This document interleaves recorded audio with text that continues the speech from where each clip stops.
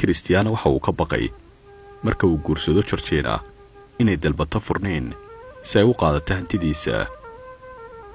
haddaba dhibaatadaasi uga hortago waxa uu sameeyey kaarta cajiiba. intaanu dhicin aroosku waxa uu soo daabacay heshiis. waxa uu Georgina ku yidhi intii aynaan isguursan ka hor hantida aan shaqaystay aniga ayaa iska leh. wixii guurka ka dambeeya ayaan wax wada leenahay. waxa la sheegay heshiiskaasi inuu Cristiano ka difaacayo haddii Georgina dalbato furniin inaanay qaadan doonin lacaga badan. 10 sano ee guurlaanta kula joogtay waxa uu sii dheer sida uu tacabkeeda uga soo qaaday meel maran. Georgina xanaaq ay ka qaaday heshiiska iyaduna waxay dalbatay mushaaraad badan oo bilo ah. biilka loo qaatay sida joogtada Georgina waxay qoratay $121,000 bishii.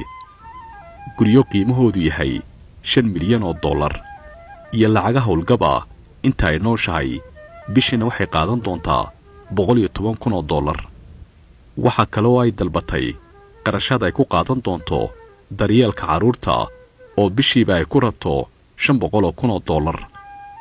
sidoo kale heshiiska waxa ku jira Cristiano hadduu isku dayo inuu kibir ku furo Georgina inay qaadan doonto $50 milyan. xalfadan kama ay soo qayb gelin Cristiano hooyadii iyo walaalihii toona. waxaana uu ahaa aroos kooban oo aanu qalmin labadooda. Georgina, we love you. Yo también.